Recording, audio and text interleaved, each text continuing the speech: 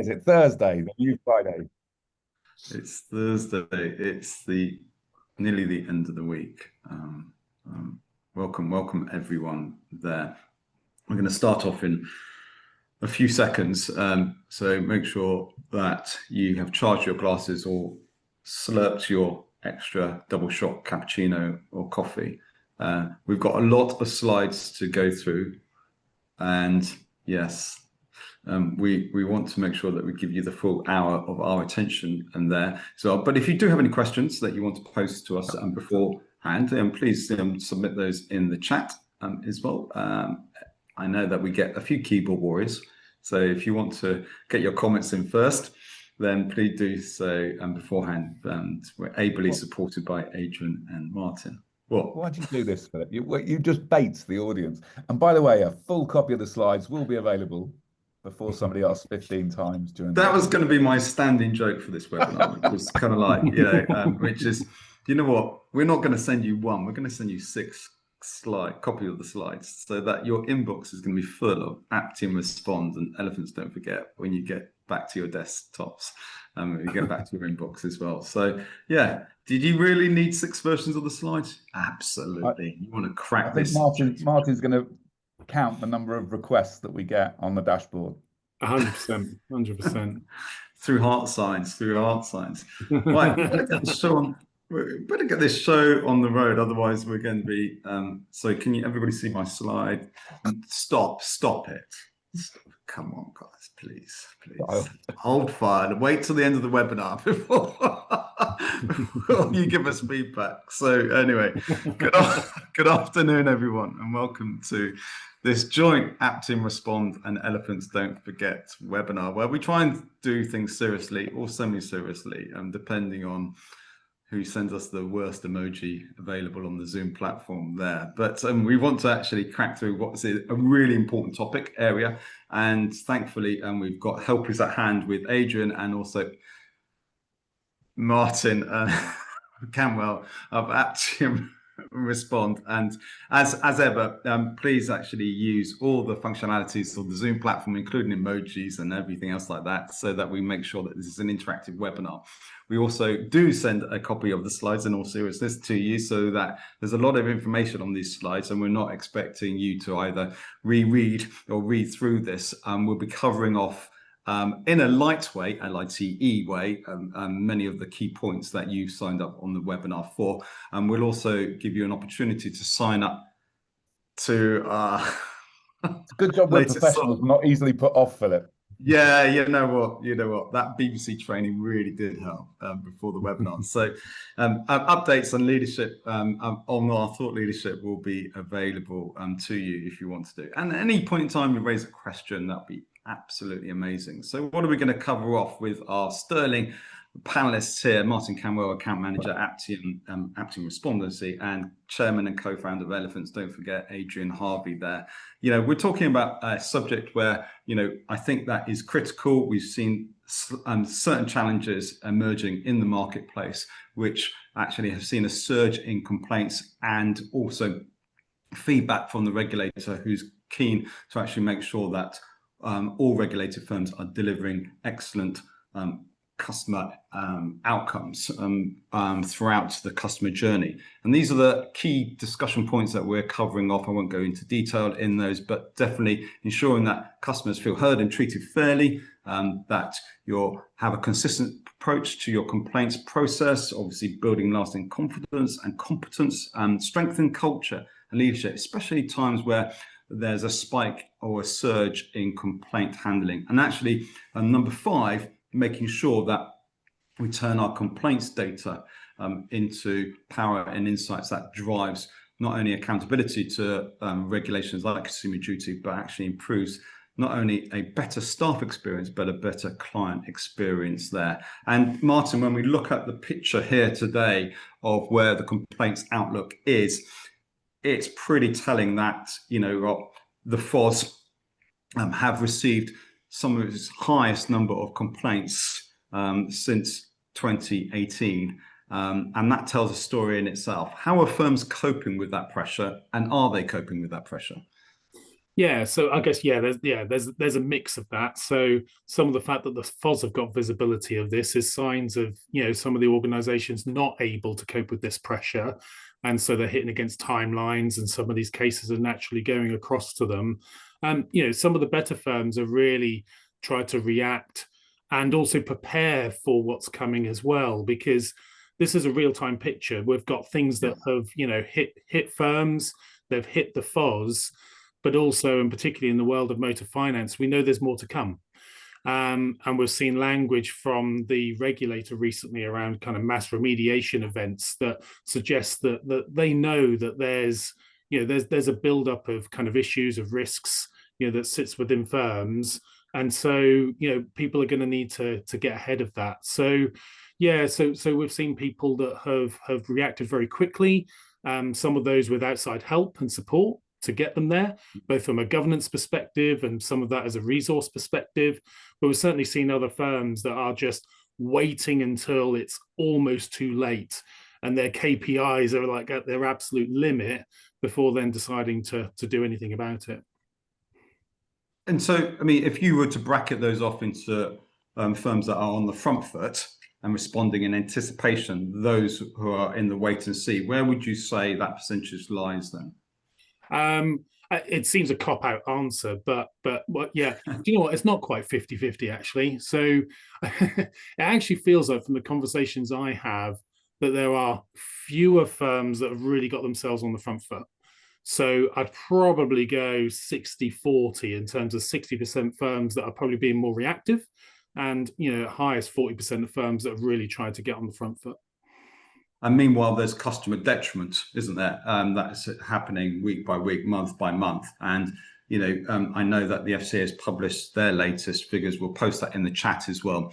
I've posted the FOS report, so you can read that in a bit more detail within the chat. But I think that certainly if this is the not the end of the beginning, but the beginning of the end, and therefore then we have to make sure that companies are retooling themselves or repurposing themselves, or embracing themselves for challenges in 2026.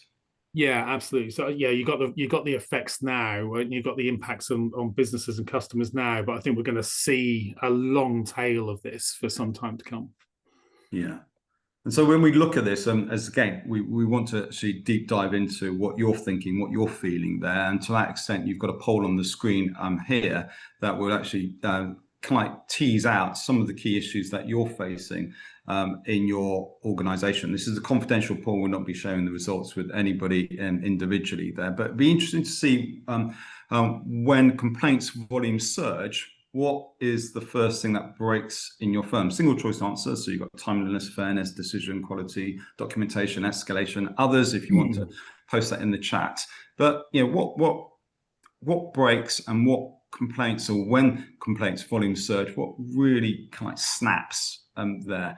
Adrian, when you look at the firms that you've not only led, but also the firms that you're consulting with now, are people the forgotten challenge or the forgotten issue in this equation? Is it very much focused on systems and processes that tend to break, or is it a whole picture that firms look at objectively and honestly, I should say?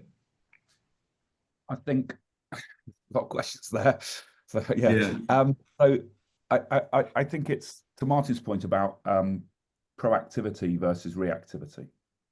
So I think when I ran a business for Eon, we knew when we were going to get busy. It's called heating season, and the 1st of September, everyone turns the heating on, and all the boilers break down, and the phones light up. So it's like, what a surprise! It's Christmas on the 25th of December every year, right? So we know that. So to what extent can we plan for that eventuality?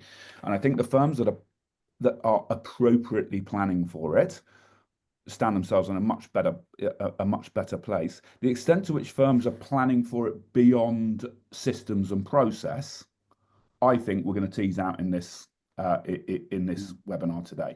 So you do need the systems, the process, and the visibility, but you also need to support your people. So unless your response mechanic is a bot and only a bot, your people are the clutch or the friction point between that spike, no matter how well prepared, that spike, that surge in complaints, and good customer outcomes. And I'm sort of surprised, so my experience, the timeliness point, which I think dyslexic, I read that as timelines, but the timeliness point, what I saw at British Gas when we had millions of complaints was customers became enraged when their complaint wasn't timely answered and would complain again and again and again, and their rage increases. In those circumstances, I'm sort of surprised more people on the webinar didn't press fairness. I am as well. I'm super surprised, because when you end up speaking to a triggered Philip who's had to complain 5 times, it puts a lot of strain on an agent, no matter what the systems and processes are, to ensure Philip gets a fair outcome. Martin, your thoughts on this? Because I too was like 60%, 3% fairness, tracking at 15% documentation. Yeah, so it's kind of, this reflects probably what I would hoped to have seen, and a lot of it is what I would have expected to see. So 100% timeliness is always the thing that goes first of all, and to Adrian's point, that just has a knock-on effect in terms of chasers coming back into the business. And then, not always immediately, but sometimes, depending on the actions that you've taken to address that, you might recognize that there are some decision quality issues. And sometimes that's further down the line, depending on how real-time your QA process is. And that would obviously pick up on documentation issues. But I think firms do work hard to retain fairness, and fairness of decision. I think you're right. It's like things are massively under pressure.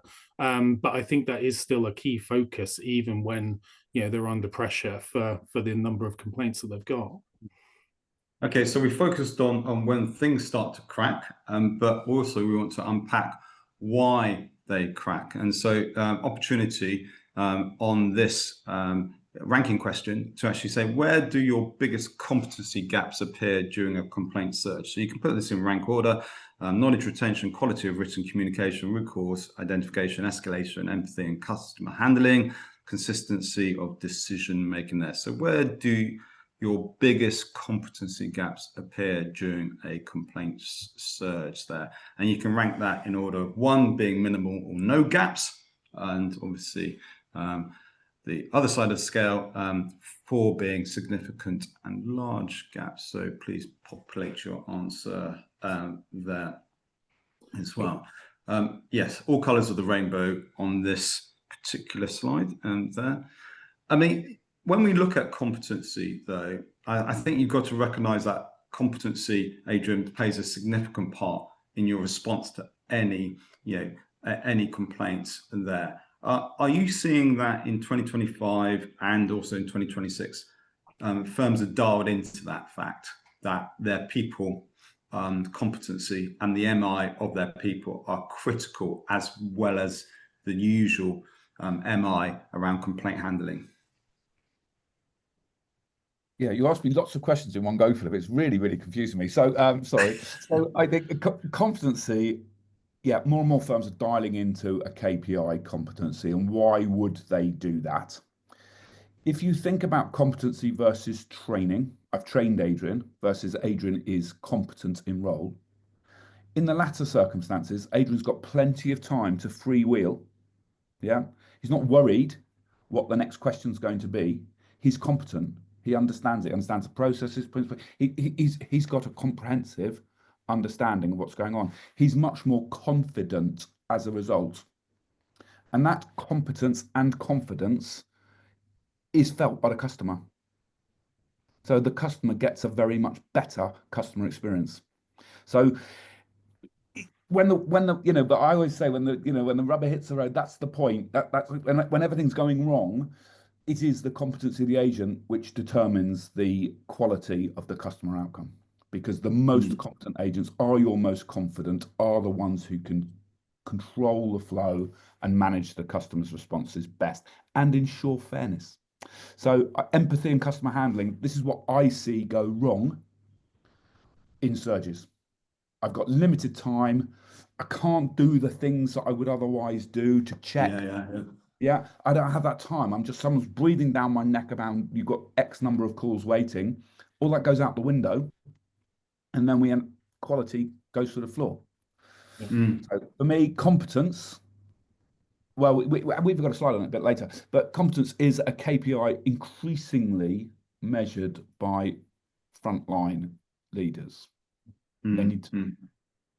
Adrian, I just wanted to comment on what you just said there as well, just to expand on it a little bit, because there's obviously a time component here, but also we put people in really difficult situations when the majority of their calls are difficult and complaints, and we all have limits, right? And at times it doesn't seem like our KPIs kind of sort of allow for that. So we need something that's an indicator, not just of process issues, workflow issues, anything like that, but like, what are our people being exposed to, and what can we do to help them manage their emotions and actually have some, I don't know, like stamina or endurance through this process, so that the customer they deal with at the end of the day gets the same experience as the customer they dealt with at the start of the day. Resilience. Yeah. And that's a really good point. We found that's an increasingly popular component of what we do, with firms saying, look, we need to support our agents, their well-being, their mental state, through this process. So it's not just a case of we've trained you, get on with it. Like you say, that resilience is going to fail. So what is the firm doing? What's leadership doing to support the well-being of those individuals? Martin, I'd like to get your feedback on the poll results here. So we see that the most significant gaps, if I'm reading this correctly, there is root cause identification. I think the second one, the second most significant gap is that quality of written comms there. And there is that, again, root cause analysis. It seems to come up time and time again, doesn't it? Yeah, it's still, I think, one of the most fragile parts of the process. It's one of the aspects that I think businesses still don't feel like they've really nailed, both in terms of identification, classification, and then doing something about it. So I guess to some extent, it perhaps shouldn't be a surprise that's the bit that people struggle with the most. I think quality of written communication is kind of a little bit ashamed, because there's a lot of templates and starting points that people have got, but again, it's just all sorts of things happen when you're under time pressure, and sometimes the level of checking, real-time checking that can happen reduces as well. So you got more going out the door, perhaps, that haven't had that other pair of eyes looking over what you're about to send.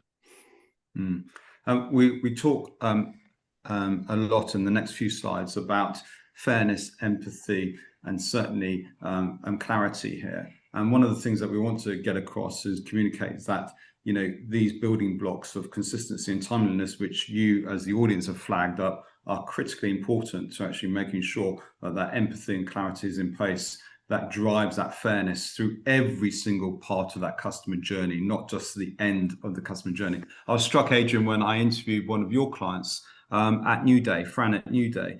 And she was basically saying that, New Day are credit card issuers, and that the quality of the calls that their agents were taking, even though the outcome of declining their invitation to a credit card was accepted by the customer or the prospect there, to the extent that they liked the process, they felt empathy, and they had clarity, and they had consistency, and therefore fairness drove itself. Do you want to unpack that in a bit more detail? Because I think you interviewed her 6 or 7 months ago on this. Yeah, I think I was always taught a long time ago, obviously I'm very old, that complaints were to some extent to be embraced, as they are feedback from customers, and they are an opportunity for your organization to excel. Because to be honest, when I buy something, especially now, I sort of expect it to work, right? That doesn't seem like an unreasonable expectation as a consumer. I buy something and it works. Therefore, probably the critical interaction occurs when something doesn't work, and I have to, something goes wrong, and I have to have some sort of unscheduled or unstructured interaction with that supplier. And what I want from that is a fair outcome. I just want to be treated fairly and respectfully, but I want to be listened to, and I want to be treated fairly. And I think that, back to my previous point about competence, if that individual is competent and well supported by the organisations, a lot of chat, a lot of comments about agent well-being and resilience that we should perhaps come back to after the webinar. But if that agent competence is measured and monitored, and their well-being is measured and supported, then that individual is going to be have much greater levels of empathy, much more resilient, but to Martin's point, better carry that on through the shift, and therefore give a fair outcome. And, you know, the people element is one thing that Adrian's picked up on, Martin, but, you know, you need to engineer that fairness into the process. It doesn't happen just because you run some training. It happens because you've actually focused on workflow and the process. Yeah, absolutely. You've got to create an environment, a framework for people to work to, right? You know, a kind of a view of what good looks like. And I think, and providing them with a workflow that they can go through, a system that provides some guardrails around that to make sure that you're going through that properly, appropriately, highlighting where that's not happening.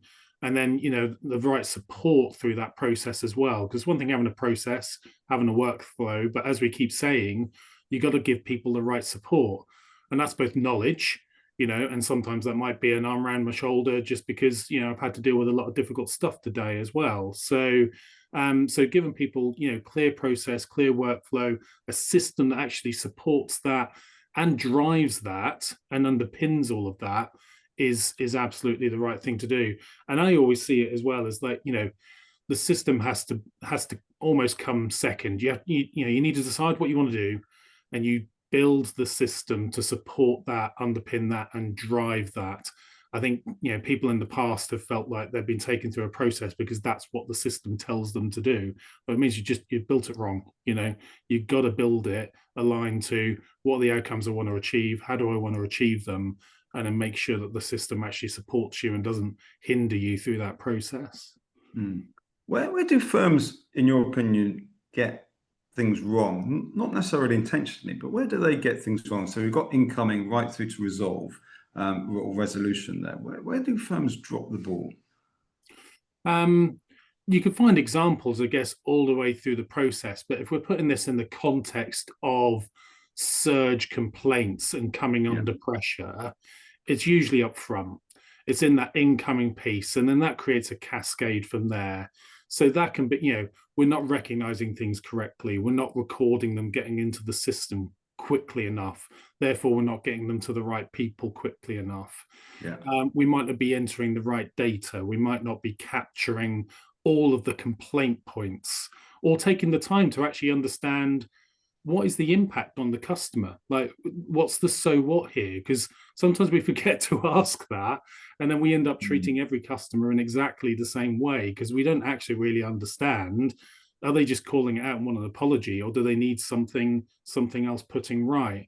So if you know, we see a lot of cracks from there, and then of course that's then naturally going to flow through into that, how you investigate the complaint, decide it, and ultimately issue the resolution to the customer. So, Adrian, we talked about the engineering and processing that so we ensure fairness, but training your staff has to change, doesn't it? It has to kind of have a reset. And for some firms on this webinar, it's a top up. For others, it's a whole inventory of looking at actually how we train, what we train, where we train, and who we train as well. And there's that honesty lens that you've got to look at it through if you're going to get the fairness of outcomes delivered through your people. I suspect most of the attendees of this webinar are slightly more enlightened than, let's just say, the mass market, because they're attending this webinar because they want to learn a bit more. And hopefully we can help them. I think training per se is a dangerous label. We've trained these people, therefore they're ready. Well, chances are they're not ready. And chances are they've forgotten a great deal of it. And what's the gap between the training and the first shot being fired and all those sorts of things? You know, what the forgetting curve. So, I mean, undoubtedly, a critical component of an agent's success is their competence. I'm going to keep banging on about it. And competence is achieved through the continual good practice, correct practice of activities, so that it becomes second nature, whatever you want to call it. So smart firms will be doing this continually, and more importantly, they will have the management information. So those firms who are who fall under the consumer duty banner, probably many firms on this webinar, the ability to be able to identify evidence where gaps exist and then provide tailored support to that agent or those agents. In my opinion, it's I'm not even say it's future. You should be able to do that. If you can't do that, you don't know the support that your people want. You can't support them, and quality is going to go down. And we've got to realise is that when you conduct annual training and then you're hit by a surge, whether it's a seasonal, going back to your reference point, and seasonal surge, and then people fall back on habit. And if their training was 6 months ago, 10 months ago, 12 months ago, then they're going to default, and the pressure is going to tell them they're going to default to behaviours that you don't want to see displayed in your workforce. And I guess that that constantly nudging, constantly supporting through continuous learning addresses that, doesn't that? Because you're actually on the front foot. You're not trying to recall or recalibrate what you learned many months ago. It's actually what you learned that day or that week. I still think it's the first thing that goes out the window is empathy. Yeah. And once you've lost the empathy, then the outcome's bad. And why does empathy go out the window? Because I'm panicking. Yeah. Well, I don't have the headspace. There's too much going on. Yeah. Adrian, in the chat, there was the... Sorry, Martin, I was just going to say there's another webinar to be had just off the comments in the feed. So listen, everybody, keep putting those comments, and we'll pick them up and we'll rework them. So thank you very much. No, I was going to say very much a similar thing, Adrian. But one of the words that I spotted in the chat that was used was capacity. So that links to your empathy point. So it's not that I've lost the competency, and I know what it is, but it's my personal capacity to deliver that over time and time again.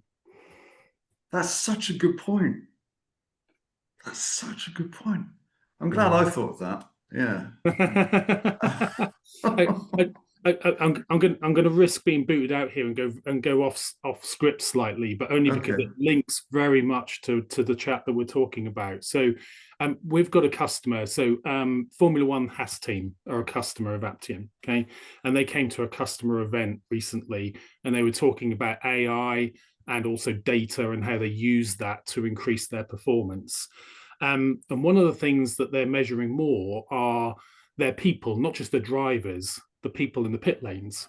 And what they were talking about was what they notice is a drop in performance, particularly when they're doing 3 back-to-back races. Okay, so you talk about the people that do the wheel changes. There's no way that any of us are going to sit here and say those guys are not competent, because they wouldn't get out there in the pit lane if they hadn't proved their competence. But they make mistakes on week 3 that they would never have made on week 1. And so they track things now that indicate whether they're under strain to be able to do those things, and at times swap things around.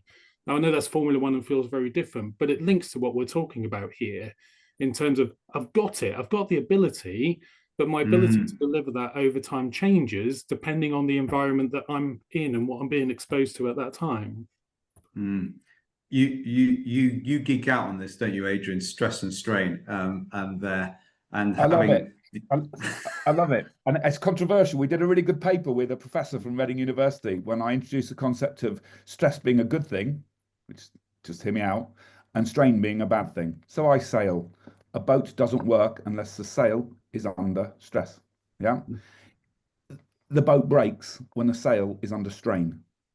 So every human needs a degree of stress to perform. Yeah. It's the strain that kills and breaks. Yeah, and ends up with bad outcomes. And to Martin's point, you don't have to be a Formula One company to be able to gently, collaboratively, and appropriately measure how your people are feeling in relation to the job they're doing and when their resilience is falling. And to be honest, if you are in a complaints-rich environment, I'm going to go so far as to say, my normal controversial thing, you've got a duty to those employees to track that and not just wait for them to put their hand up and saying, please, boss, I've had enough of this, because by then it's far too late. So I do think in complaint-rich environments, this is the well-being component should be continually measured. How do you wrap that into a system, Martin, so that we're getting the outcomes through a surge or through a spike in volume of complaints? Yeah, so I think it's about the data that you collect and then what you do about it, right? So I think your data gives you those kind of leading indicators that something is straining and something is changing over time, whether it be an organizational level or right down to an individual level. But then it comes down to, well, what's the action that we take off the back of that?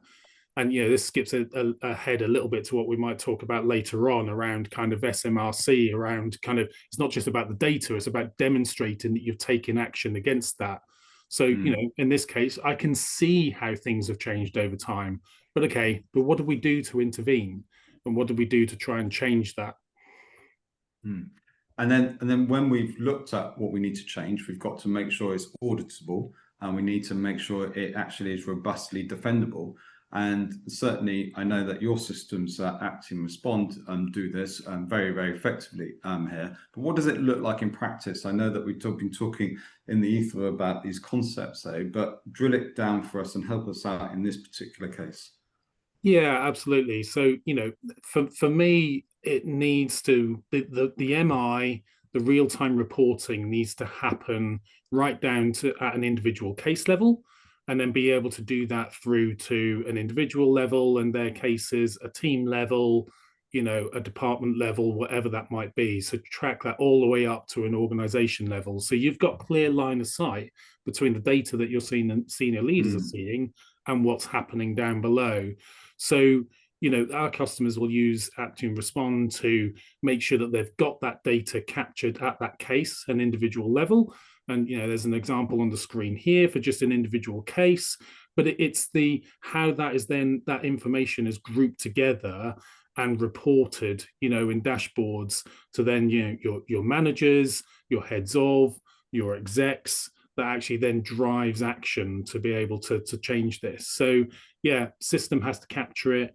You have to shape what the system captures, but ultimately, what do you do about it? How do you present it in a way in which senior leaders understand it and can actually make a decision off the back of it?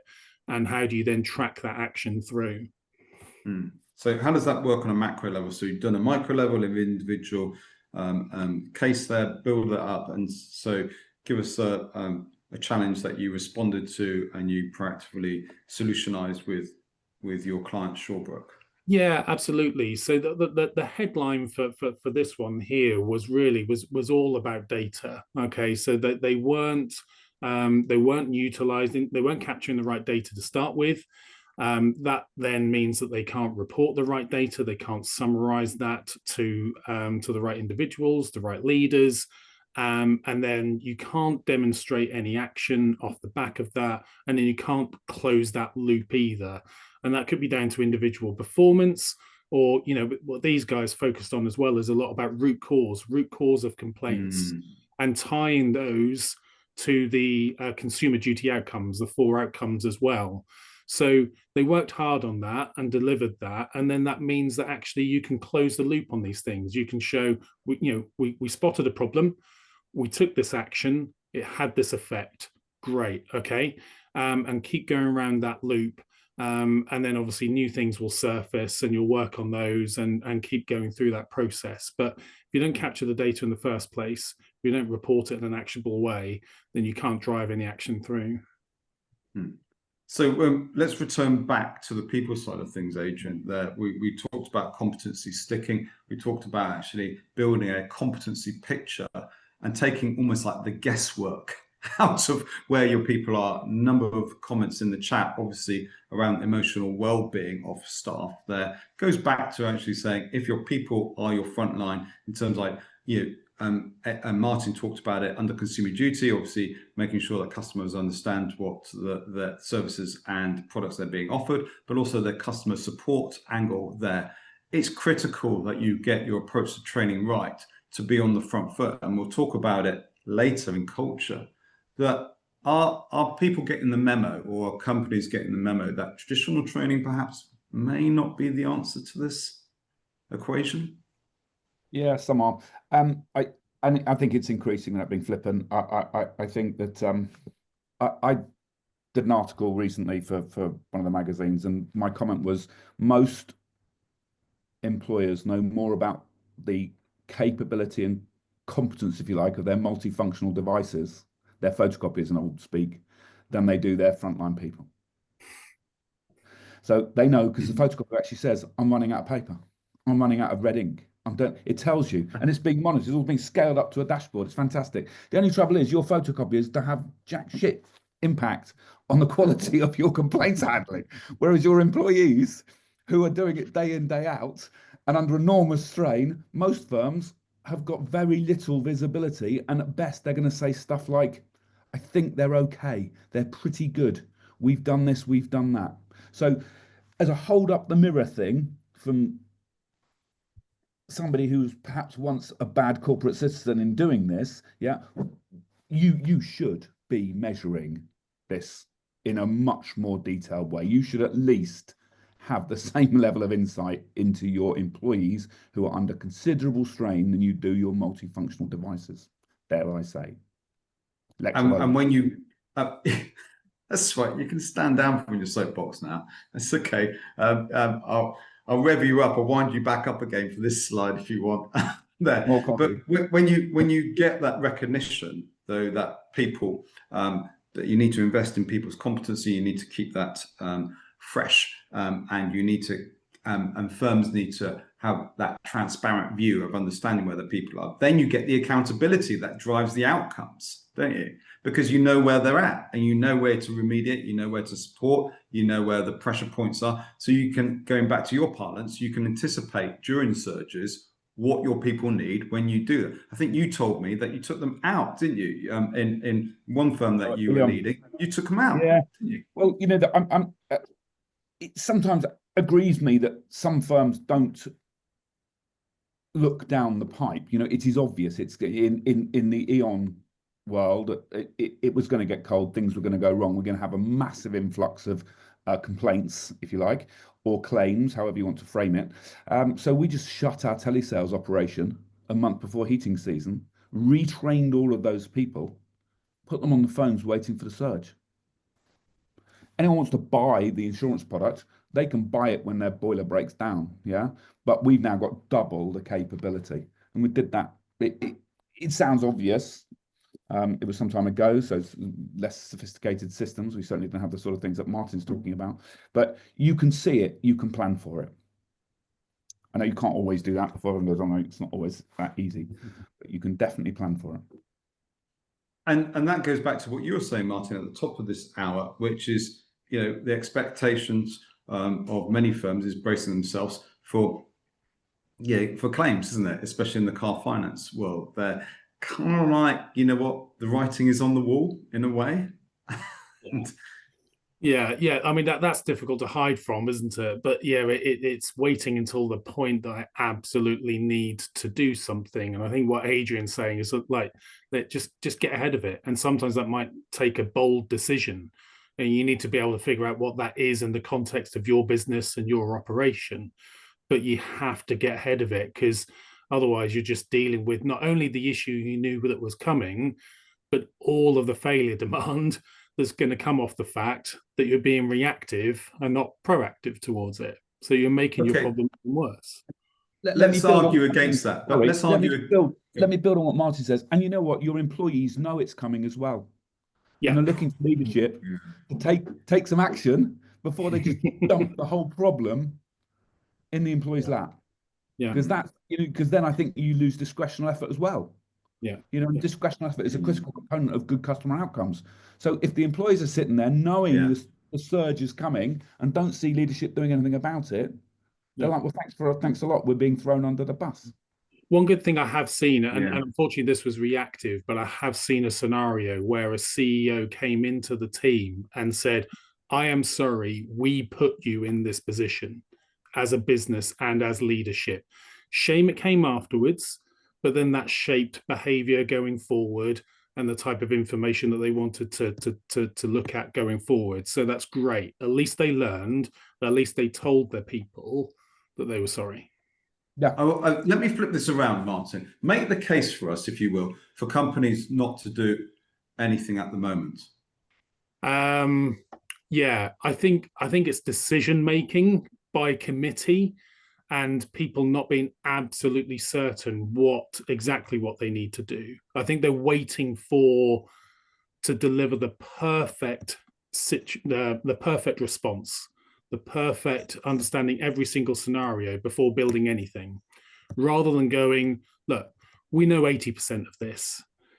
Let's build for that, and then we can close off the gaps like when we get there, because we'll have the time to do it. So I think if you just wait until you've got all of the information, it's then too late, because the regulator hasn't given you that time. They feel like they've given you the heads up, particularly in motor commissions. They're not going to say, oh, we've just got this last bit of information and now you can build it out. No, they're expecting you to build it now. They expect you to know your impacted population of customers now. So you can't wait. And when you anticipate that, you get results and feedback, just like LV have got, Adrian. Getting ahead of things, recognizing that consumer duty was coming down the pipeline, understanding that there was a greater expectation, and a culture within an organization that wanted to actually get ahead of it as well. And then you get results like you do: reduction in complaints by over 50%, reduction in call waiting times by phenomenal 85%. That's not a bad board MI to put in your consumer duty report, is it? I mean, and in fairness to LV, they did a fantastic job.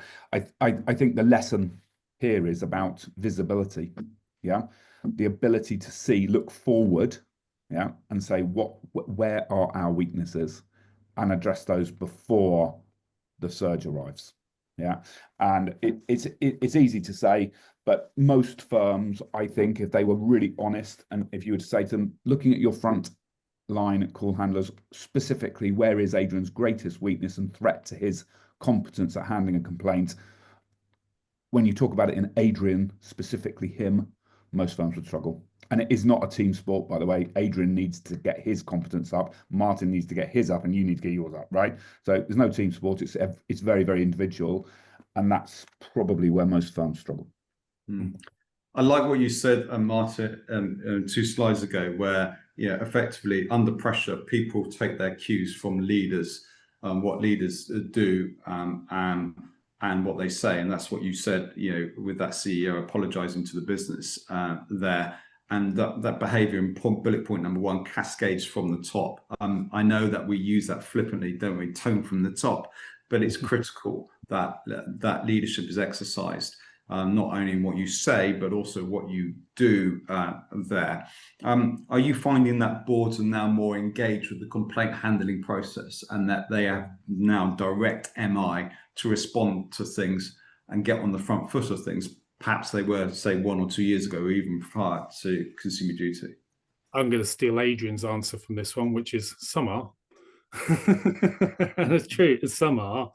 But actually, it's hard to sit here and say enough are, because actually, if you look in the chat right now, there are comments that exactly the same time as we're talking about this are mirroring the fact that we've still got leaders that aren't helping them, they aren't being proactive, and actually some language in there that suggests that they feel that leadership are putting blockers in the way as well. So how can you have it that you've got this population of people that want to do the right thing for customers, but they actually feel like they're up against their leaders to be able to do that? You've got that. Yeah, absolutely. This kind of internal battle to do the right thing. So I think, when you've got comments like that in the chat, it's difficult to say that that's happening enough. Do you know what we've actually got? You hear that all the time. Given what you guys do in your specific niche, you must hear that all the time. That we're fighting with, like my phrase, fighting with one hand tied behind our backs. We hear it a lot. Leaders, we're doing our best. They're not prepared to invest in this, that, or the other. I know it's easy for us to say, but I do think some firms have very enlightened leadership and are proactive. And I think if you've got a leader group, C-suite, who is proactive and recognizes this, I think you're in a far better place to get good outcomes. And if Adrian, let me put you on the spot.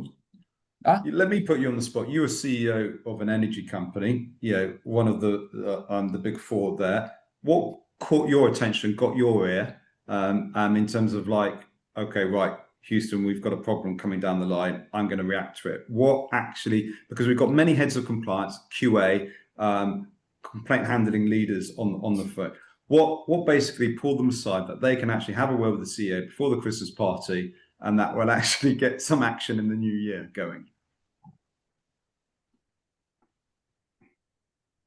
I think the word on the screen that answers this question is culture. So if the culture of the organization in question was profit first, I suspect that would define future actions. I think if the culture of the organization was customer first, I suspect you'd see a very different set of actions. So I can say this because I'm a long time out of the corporate world, right? But sometimes the accountants make very short-term profit-based decisions which completely screw the business for the long term, in my opinion, having run some very, very big firms. So as a complaints manager or customer service director, my advice to you would be, hold the line and don't allow the cheapskate activity of we're going to cut this, we're going to remove this, because you are going to pay the price. It's coming round the corner. It's going to bite you next month, next year, whenever, but it's definitely going to bite you. I think you've answered something really important there, Adrian, for me and certainly some people that I've spoken to, because you're right.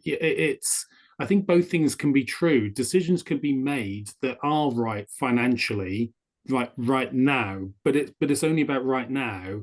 And I think where a lot of the people in our front line think about is longer term. I want to think about my customers being here in 12 months time, 60 months time.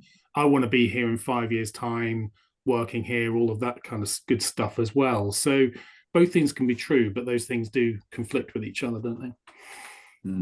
Evidence demands a verdict, doesn't it? And so when you have visibility like you've seen on the screen here, Martin, then it's very difficult for leadership teams, SMF holders and senior managers not to look at this and go, okay, right, we've got to do something about it. This is the great thing about transparency over both your people and about where things are going wrong, but also celebrating where things are going right. Let's be honest here, it's a mix and match there. It's not future gazing, it's where firms should be right now, shouldn't it? Yeah, absolutely. Yeah, there are plenty of reasons that from a regulatory perspective and just from a running a business perspective, people should be here right now. But you kind of hit the nail on the head, which was like, it's hard to not do something about it. Look at this, and I can see that I need to do something about it. And I think that's been the challenge for some firms, which is decide what is that thing that I'm going to put in front of a senior person that has a lot of information to process, that 100% gives them clarity and compels them to do something about it. And I don't think anyone sitting here saying that's an easy task. There'll be a lot of people that will put a lot of time and effort into trying to achieve that. But when you can do that, then it becomes undeniable the things you need to focus on, the things you need to celebrate. And it becomes very hard to hide behind, can we just have that data reworked? Can I look at this in a different way? Just like, no, you need to present something that's completely clear and completely compelling that your senior leaders need to take action on. When Adrian, that you talk to C-suite individuals, and when you basically say to them 50% of your staff are not competent, and then you give them the data point but also the MI underneath it, do they look at you and go, we didn't want to know that? Yeah, some do. What's the phrase that came up in one of the webinars the other day? Watermelon management. Yeah, it's all green on the outside, the watermelon. When you pull the skin off, it's all red underneath, right? So it's much nicer to look at the green stuff. So I hear, interestingly, maybe because we're sort of inevitably I find myself speaking to more enlightened people because they want to. Yeah, I frequently hear the response that says, I would be surprised if the level of the average competence of our people was as high as that. The opposite response, said in a way that's not patronizing, but in a way that's why we're having this conversation. So and generally these people are senior managers and probably have personal reputational risk in their radar as well. And so when we look at the art of the possible in 2026, and we want to actually turn those complaints into greater insights and look at our systems, look at our people and improve them, I guess that Nirvana, Adrian, is combining that complaints data, bullet point number 1 in the top left-hand side, with frontline behavioral data, so people data. That's where firms can get real insights and understanding so that they can brace themselves for any surge. That's why Martin's on this webinar with us, because we agree. So I think if you've got a really good, intelligent system for managing, mapping the complaints, and you've got genuine individual agent insight into their competence and related capabilities and their well-being, you've got, I mean, you are so far ahead of your peers, and you now have, I would suggest you now have a far greater degree of control, and it's the control component that always worried me. When you lose control of that complaints process, that's when the complaints just go, and you know you've had it. Oz are going to get inundated. So yes, I think it's the holy grail, for want of a better phrase. You put those two things together, and I think it's really interesting and increased levels of control. And let's not forget, Martin, box number 1 and indicated with the number 1 and also 6, critically important, picked up, especially number 6 by the audience on this webinar, that complaints analysis and understanding, as well as early warning signals, are key indicators actually saying, look, we can brace ourselves, we can anticipate, and we can proactively respond to situations before they actually expand into situations that we can't manage, or in the parlance of Adrian, control. Yeah, no, absolutely. I think everyone's clear that's an important aspect of this. I think where firms struggle is at times the capacity to do enough of it. They are getting better in terms of having capacity to understand those root causes, take action, and actually do something about it.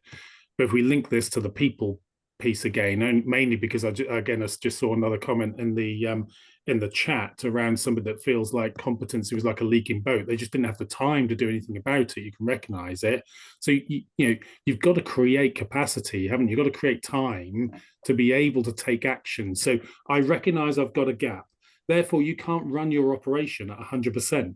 You've got to leave some space to figure out what's gone wrong, investigate root causes, deliver change, put it right, and go back and remeasure it. And if you can't point to where that capacity is in your organization, then the reality is nothing's going to change, and people will just keep looking at these dashboards and seeing the same results and not be able to actually affect them in any way. But you've got an answer, haven't you, Adrian? And you're showcasing that answer on the 5th of December, on Monday, the 5th of December, where we are looking at an opportunity to help shift the dial on certainly that transparency and that visibility around consumer duty. Tell us more. Yeah, we don't tend to do very much of this on our webinars. We don't tend to do shameless sales pitches, but on this occasion, we couldn't resist it, seeing as we've put almost a year's work into the development of this product. So if you want to know more, get on the webinar. I think the key point for me is firms' ability to credibly benchmark themselves against other firms in relation to consumer duty. Yeah, this cultural, how am I doing? Yeah, there's so much in the chat. We're gonna have a lot of work to do in the chat in terms of drawing all of that information out. But listen, this is a fantastic new product. It's a game changer. It's a really big amount of work that's gone into this. I'm not going to sell it now, but get on the webinar if you're interested and hear all about it from the experts. Yes, indeed. And look, there is a phenomenal amount of feedback in the chat on lots of topic areas. We actually put this Gucci set of slides together, and I feel that we haven't done them justice. So guess what? We're going to send you the slides. 6 times. Only one person on. Only one on. just in case we've missed out on anything there. But before we do send you the slides and there, we've got an opportunity to actually reach out to our colleague. Don't put your hand up, you get the slides afterwards, please. And we're trying to also respond to your many questions and comments in the chat. Look, we've gone off piece slightly on what we were going to do, but I do hope that we've served you up a plate full of information. And for all of you who are probably struggling with either petitioning for funds or resources, or actually with the empathetic side of actually trying to look at products and services that may support the frontline staff. Look, we do hear this, and we'll craft a webinar. I think that the call to action at the end of this for us is craft another webinar, Martin, Adrian, to actually address those challenges that firms are clearly indicating on this webinar there. Cry for help, Philip. Cry for help is what I'm hearing. Cry for help. How do we make sure that messaging, is factual, fact-based, is in the lexicon of the board? It's not just moaning and griping. Because listen, if I had a quid for every time someone moaned or griped when I ran British Gas, I'd retired long ago. So it needs to be framed in a meaningful, value-centric lexicon. In other words, if we keep doing this, this is going to destroy the long-term value of this business. If we do this, and here's the evidence to support it. Key point, you do need the evidence. So an emotional response to your C-suite's best nature is unlikely to work. Martin, thoughts, feelings before we wrap up? We've got a few more minutes there. We always throw this question in at the end. Applying what you've heard. I mean, look, I'm a head of learning with an organization as well there. Love to actually capture not what we've said, but what you're going to do afterwards as a result of this webinar, which is obviously dial into the next webinar, which is a great answer if you do that. But yeah, what are you going to do differently as a result of what Martin and Adrian have said? Summarize this for us, Martin, what firms could be doing and what they should be focusing on to petition either for funds, resources, time, before expected surges next year. Yeah, I'm going to link it a little bit to what Adrian said, but I'm sort of thinking on the fly with this one a little bit, so I hope I can articulate it. But the emotion is really important, isn't it? It needs communicating, but to your point, but it needs delivering in a way in which it's not just pure emotion, it's not moans and groans, it's actual impact. So we have to firms have to figure out how to bridge that gap between feelings and the impact of it. And I think that is tracking it against performance. Like we say, you collect the right data, you see those trends, you've got to link this emotion, this, to the impact on your business that's being driven because the fact you're not looking after your people. So it feels like we've really hit a nerve on that one today, which I'm really pleased about. It wasn't kind of sort of fully intentional, but I feel a bit of a sense of responsibility to come back round on this one, definitely. So we'll work together to do that. Good stuff. Adrian, final thoughts from yourself. What? Final thoughts. I was reading. Wakey. Got me there. I got almost to the end before I got caught out from reading all the chat. Final thoughts. I think for me there is a component here about honesty. What have you done to optimize the competence of your agent, individual, and the measurement and monitoring and optimization of their well-being? The better you do those two things, the more capable and able that individual is to deal with the strain that comes from a surge. The less well you've done that, the less able they are to deal with it. And the more, doubtless, escalations to FOS you're going to get. Good summary. How about that? I'm going to quit now. I'm going to quit. You're not going to get any better than that. I think that you should just mute yourself for the rest of this 2 minutes. This is fantastic. We should actually do more of this, actually, less scripting and actually on the fly. I think this works. You didn't send me a script for this. Yeah, I sent you the wrong one though. Oh no. Fantastic. Anyway, thank you, everyone. It's brilliant, brilliant. Well done. Thank you so much for your comments. Thank you very much indeed for everything. The feedback, the love. No one sent us Merry Christmas. Wait till next week, please. So there isn't a Christmas emoji, is there? No. Yeah, there's no Christmas emoji yet. Thank you, Martin. Thank you, Adrian, and thank you to the audience as well. You know what? 400 and going strong on this webinar. Merry Christmas. Merry Christmas.